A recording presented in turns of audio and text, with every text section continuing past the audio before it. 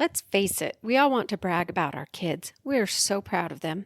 I remember when I first started dating my husband, his mom used to brag about him a lot. She would always tell me how he knew his multiplication facts before kindergarten. I was pretty impressed because most kids don't start learning multiplication until second or third grade. My husband's family, however, had been early adopters of the home computer. He had a game on his brand new Commodore 64 that taught him his times tables. Everyone was convinced that his confidence with math was a sure sign of his genius. That is, until his mom gave me a box of his old things so that I could make a scrapbook. In it was his kindergarten report card. He did really well in kindergarten, but there was a note from his teacher that said he was struggling with his colors. He always mixed up the colors brown and green. It was quite funny to me because his last name is Brown, of all the colors to get mixed up. So now I know the man I married was actually a normal little boy who was good at some things and he struggled with others.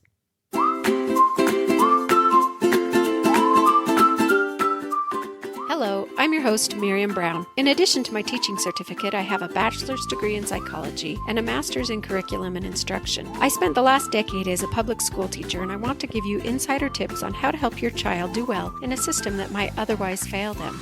Today, let's focus on learning our colors.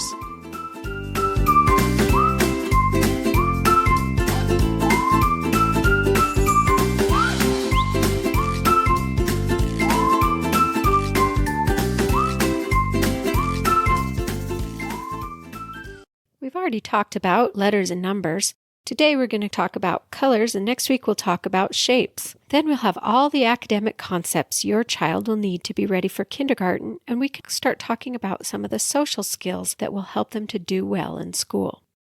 Children start to notice that objects have different colors sometime between 12 months and 2 years. But knowing the color names and correctly identifying them is not actually a developmental milestone until the age of 4. So it's okay to start early, but kids will most likely take several years before they learn to name all the colors correctly. It's more complicated than you might think.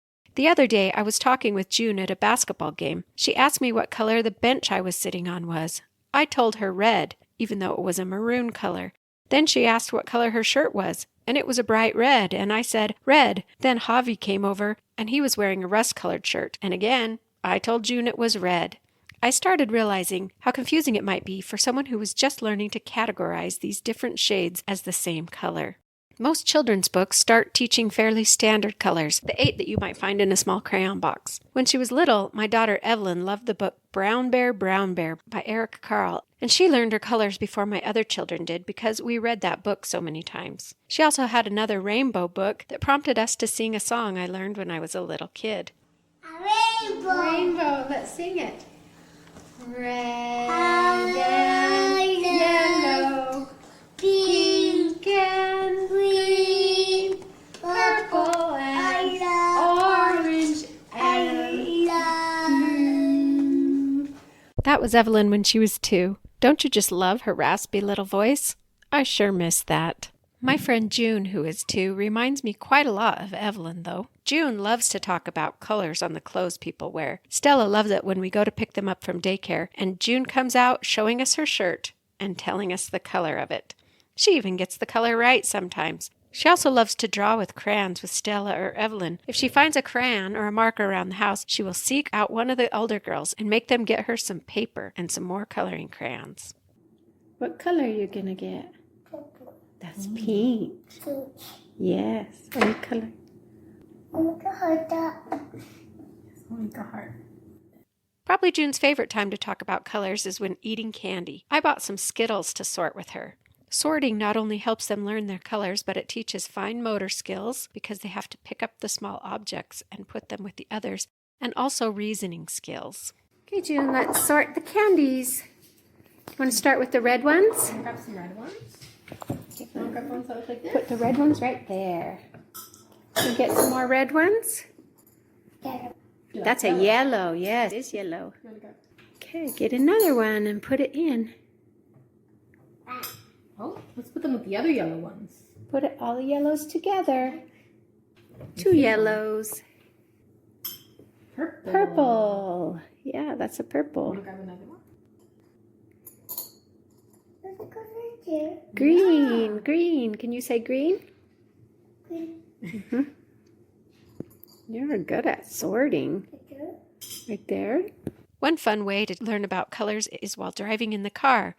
You might have a color of the day and say, "It's yellow day. Let's count how many yellow cars we can find."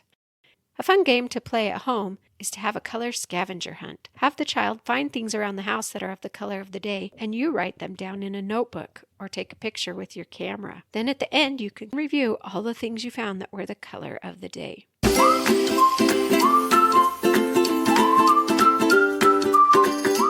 So have fun teaching your preschooler about colors with songs and games and daily conversations. Expect them to get the colors wrong for quite a while and just keep practicing. Remember, it can be kind of complicated, even once they're older.